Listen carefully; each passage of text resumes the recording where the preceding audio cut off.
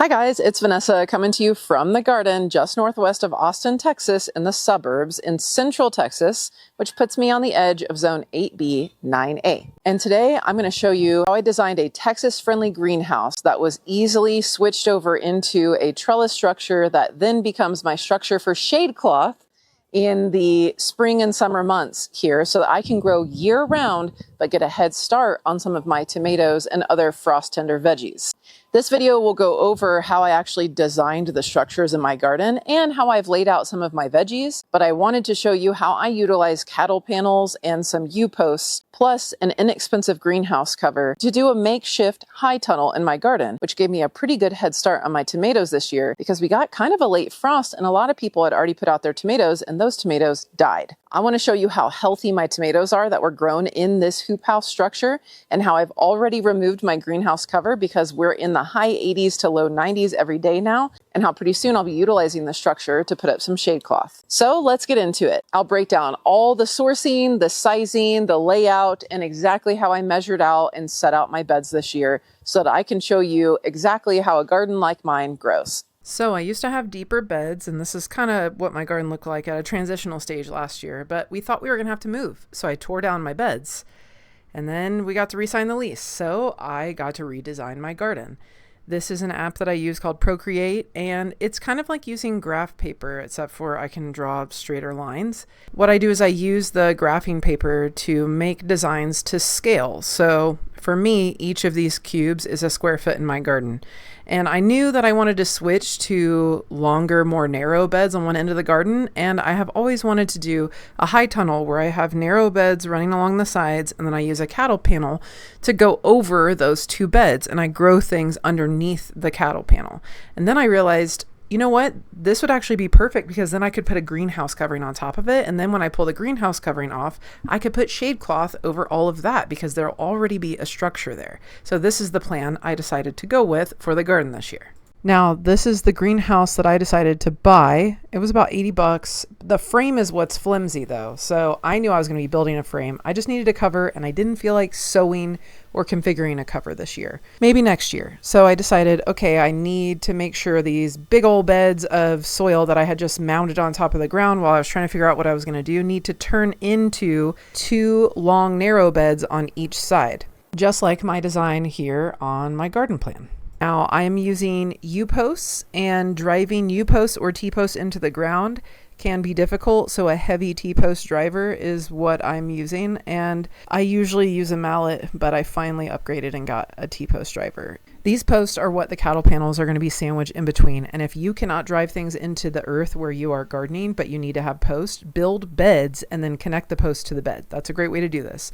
Now I had a previous archway on both ends of the garden, as you can see based on the previous design. So all I'm doing is putting posts where I want them. And then I got to steal the trellis, which is a cattle panel, and I'm using that elsewhere. And I'm taking these U-posts out and then they're getting used as well. I've collected some cattle panels over the last few years, so I'm utilizing all of the ones I have for this design. You guys got to excuse the mess back there, but here's my measurements for the inside of this frame. We've got two narrow cattle panels. These are, I think, about 3 feet wide. And I did not measure properly and accidentally put a gap there, but I didn't feel like resetting the posts. So we got a little gap there and we have some overlap here. So we've got two narrow that are 3 feet wide, one 4 foot wide. That's your standard cattle panel. And these are 16 foot long. So they arch over this way. They are 6.5 feet across from each other because that was the measurement on the width of my greenhouse, 6.5 feet from post to post. So that's what you saw me measuring. I wanted to make sure that this was at least 6.5 feet tall because that's the height of the greenhouse as well. Now from the edge of this panel, which you see is overlapped here because my measurement issues, but the edge of this panel to the edge of that furthest panel, that's 10 feet long. So we got 10 feet long, 6.5 feet wide, 6.5 feet tall. That's our measurements on the exact greenhouse cover that I ordered. Now the posts that I'm using are leftover old rusty T-posts because that's what I had left, but mostly U-posts. We use this T-post driver. They're like $40. It took me years to stop borrowing my friends and just buy one. I'd rather buy plants. But a U-post looks like a U. That's an upside down U, but it looks like a U. They're a little more flimsy, but they will hold up your cattle panels, I promise. The cool thing about U-posts being flimsy is they kind of bow a little bit. So these will switch to metal zip ties. We just wanted to see if this would work in theory to start. But metal zip ties will actually have the U-post bowing with the edge of your panel. So you don't have this big jagged post sticking out where a greenhouse cover would get ripped and torn on that. So I have 1, 2, 3, 4. So there's 4 on each side of the U-posts. Technically, I would have U-posts where these T-posts are if I had more U-posts. I'm using what I got. So it was essentially 10 posts. 10 posts, 3 panels, could be 2 wide panels, but 3 panels. 2 smaller ones, 1 wide one. All of them being 16 feet long, placed at 6.5 feet wide. These are 2-foot beds with a 2-foot walking path. 2, 4, 6. Maybe obviously maybe 3 inches that way, 3 inches that way on the walking path, but I'd rather have more room to walk. Once I had my cattle panel archway up, I slid my greenhouse covering on top and I gave away the frame, and someone locally was able to utilize that in their garden, which is awesome. So in the past, I've always designed my garden layout on a piece of grid paper and some tracing paper so that I could easily flip through different designs and layouts. I would have my structures on the grid paper lined out, and then I would have the different plants and things I think that I would design and plant out from spring to summer to fall and even to winter here in Texas by taking different layers of tracing paper and putting those back and forth, which is really easy to get into without any actual equipment. But I'm a really visual person and a really visual learner, and so I took my kid's old iPad and designed the actual structures in my garden this year and the layout of my plants in a way that was really visually appealing and that I could continuously edit and swap out. And it was a lot easier for me to draw straight lines because I use the app called Procreate. It's a really beginner-friendly app, but I did not exactly know how to use it in the way that would be easier for designing the garden. So I made a short video showing how I laid out my garden design on my iPad using the Procreate app, and I had quite a few people ask me how I learned to use the app. So I joined the Skillshare platform as a member to learn how to do this. Although I'm a teacher, I'm always learning new skills myself, and taking classes on the Skillshare platform has been a great resource for me to get better at using the Procreate app. Prior to joining Skillshare, I was self-taught, and my understanding of how to use different brushes and tools in Procreate was greatly hindered by this. After taking the Intro to Procreate Illustrating on the iPad class taught by Brooke Glazer, I learned multiple tools to help me use the right brush for easily creating different plant shapes, and how to give myself multiple layers in my design so I can swap back and forth between ideas, plant options, and seasons. I would not consider myself an artist whatsoever, but the instructor for this class made everything very digestible. Each section is clearly labeled, and I can even submit a project for the instructor to give feedback on and answer my questions. If you're like me and you want to learn real skills from real humans, in an age of AI, the Skillshare platform is a place where you can connect with professional illustrators, renowned graphic designers, and professionals in other fields. If you're interested in trying out the Skillshare platform as a member, the first 500 people to use the link in my description of this video or the QR code on the screen will receive a 1-month free trial of Skillshare. Once I had my greenhouse covering over my structure, it was time to get it nice and snug and secured all the way around. All right, so I have to install grommets at the base of the greenhouse covering just because I don't feel like putting a ton of bricks on the outside of this. This is meant to be a temporary covering. So we're gonna take our cheap grommet maker and we're gonna add multiple grommets to stake down the far edge into the ground. The kit also comes with paracord to go over it, because if you think about it, this kit came with a really crappy frame, but my frame is pretty good because I built it. So we're going to use the reinforcements just to have like a nice tight covering so the wind doesn't whip this thing around and rip it. So that's what we're working on today. Now I want to do this at the base of the zipper so we're nice and tight when I zip everything down. This kit comes with a tamping plate, one side of the grommet, the other side of the grommet, and these guys go together. Oh, there's 2 there. These guys are what get hammered into each other with the fabric or material in between. And then here's the grommet tamper that goes in, and we hammer this with the hammer. Let's see if I can do this. So you can do this on tarp, you can do this on fabric. I've used this kit on everything, and I've used one kit for 2 years. So you get quite a bit of grommets. You just make sure you cut your hole first, then you put your base, you put one side of the grommet, put your material that has a hole, and then the other side of your grommet. And when you use the tamper, it will fold down a little lip, which seals everything together so that you can stake it down. Now, these are the stakes that came with the kit. They're pretty cheap and they can slide out really easily from soil. My soil's really soft because I've been cultivating this area, right?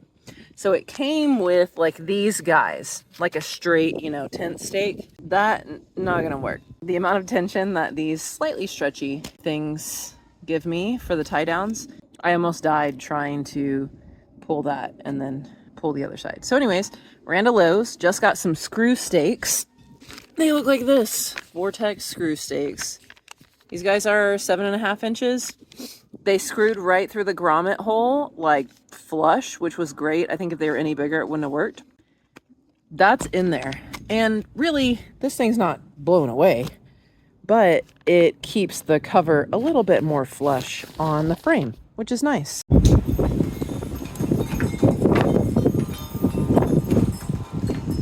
Doing good even in the wind. I knew that the greenhouse was going to hold up in the wind, and my backyard is wind tunnel. We get like 40-mile-an-hour gusts. It's just the direction my backyard is.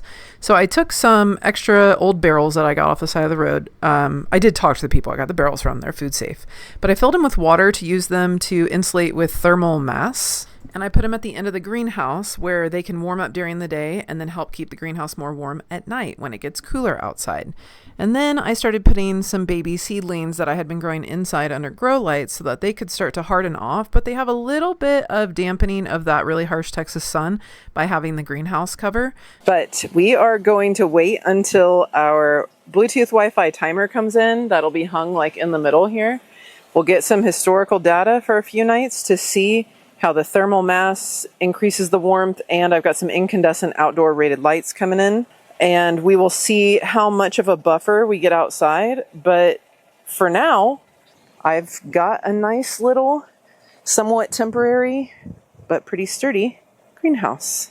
And we did get some pretty cold nights. This is what it looked like once I actually put on the incandescent lights. And we stayed nice and warm. You can see in the mornings, as soon as the sun hit, it would heat up pretty fast. And on the last day that I removed the greenhouse covering, this is how hot it was, and I knew it was time. On some of the hotter days, I had to pop a fan in there, and I ended up opening the other end of the greenhouse, but I was able to keep it in the mid 40s and the mid 80s most of the days. Now, one downside to this greenhouse cover specifically is it doesn't have 2 doors, and I would have rather had that for airflow. So Harbor Freight has these zipper kits that go on vinyl, and then I threw a Harbor Freight painter's drop cloth up top and popped a little fan in there, and that really helped moderate the temps a lot. So I threw together some cheap garden beds, and I know some people are going to ask me how I built them. I don't want to tell you because I'm not a woodworker, and I just use screws, and I didn't even use cedar. Okay, it's pine, so it's a soft wood, but I was just keeping it cheap. And I still had to take this cover crop filled bed and really make sure that it would fit my actual design. And the reason I'm not showing you how I put the beds inside the greenhouse is because it was terrible to do. It was so difficult, and I would not suggest doing that, but this is what it looked like for me to put 4 of these beds. Actually, I haven't even built the 4th one. But all I did was just kind of move the soil in place, top dress it with some mushroom compost from Landscaper's Pride, and then took the irrigation grids I already had and placed them in. So we've got toothache plant, San Marzano, some nasturtium, Swiss chard, black creme, Swiss chard, black creme. I've decided I'm going to put peas along the back. We'll let them go up the trellis. I really don't know if we're going to have another frost. It's pretty hot today, but it's supposed to cool down. But this is what we're going with. I just have a general plan, and then I just have plants, right? I have some sweet alyssum that I will also transplant, and I have calendula that I might put in here, maybe some catnip, but this is just one bed. This part was filmed in mid-February, late February, and I was really not sure if we would get another frost, and guess what? We did. We got a killing frost. So I'm glad that I decided to put peas in here because they would have gotten nuked with how young they were. It's warm enough, and the hoop house did its job, so let's take down the hoop house. Okay, which way do you guys think I should lift? Right to left? Let's do it. I mean, it served a purpose for sure, but look at that. Be free, my children, to get burned up in the Texas sun. So you saw that my greenhouse cover had some windows. It had some ventilation windows. So these are actually little solar powered fans that use this panel. And they actually, it's better to suck hot air out of the greenhouse and blow it out. Are these strong enough to cool down the whole greenhouse? No, not if it was like 90 degrees every day. But a couple sets of these would definitely help a lot. So I think getting a bigger one next year would be better. But man, no one told me how expensive greenhouse fans are. And they do disconnect really easily. I got to cut the zip ties, obviously. I'm the zip tie queen. If I got sponsored by Big Zip Tie, that would be legit. They just come undone pretty easily. So I'm just going to undo these, and I'm going to roll up the greenhouse for now. Greenhouse covering. And then we need to trellis these tomatoes. As in, like, we need to string them up so they have some support because they're getting a little floppy. And this is how everything looks as soon as I took my cover off. Super healthy, light years ahead of my other plants that were outside of the cover. And I decided to do a drop string method on the tomatoes so that I could continue to use the trellis on the outside of the cattle panel for pole beans. And hopefully I will squeak out a round of peas, even though it's just so hot so early. So drop string method really is you just either stake or tie a string at the base of your tomato plant, and then you'll gently wrap it around the plant to help stabilize it. You are going to need to prune your tomato plant to be one main stem or maybe two main stems, but that's really not hard, and I'll show you guys the process as everything grows. So I normally put my shade cloth up in like early May, but we're probably going to go ahead and put some up. And this is the structure that I had designed in Procreate. You can see I plan to have just one shade cloth over the top part of the archway and then two smaller ones that I'll just attach to the archway to the tops of my horizontal trellises on the narrow beds that are outside of where the greenhouse was. This is just a basic cattle panel, but it's an 8-foot one. And that is literally zip tied to some wood that I drilled into the bed. So super basic frame, but it's pretty sturdy. I hope this video has been helpful to give you a peek into my mind as to how I design and build things in my garden. I will always be a trash gardener and I will always be a DIYer at heart. But I am trying to get a little bit better at measuring and being a little more exact. And I have ideas in my brain that I always want to bring to life. And this is an example of what that looks like in my garden. There's always so many ways to DIY something. So even if what I have done in this video does not seem attainable, I promise you I've done it 10 other ways leading up to this point, and all of those ways did work in some form or fashion. I'm just always trying to upgrade as the years go on, and I have money to invest into new structures and things that would make my life easier as a Texas gardener. I encourage you to go out there and try some new DIYs in the garden to give yourself some season extending options when it comes to how drastically different our temperatures are day to day, including drought, heat, wind, hail, and sometimes a lot of rain all at once. And sometimes growing in the garden applies more to you as a gardener than it does to your plants. So remember, if you never grow, you'll never know.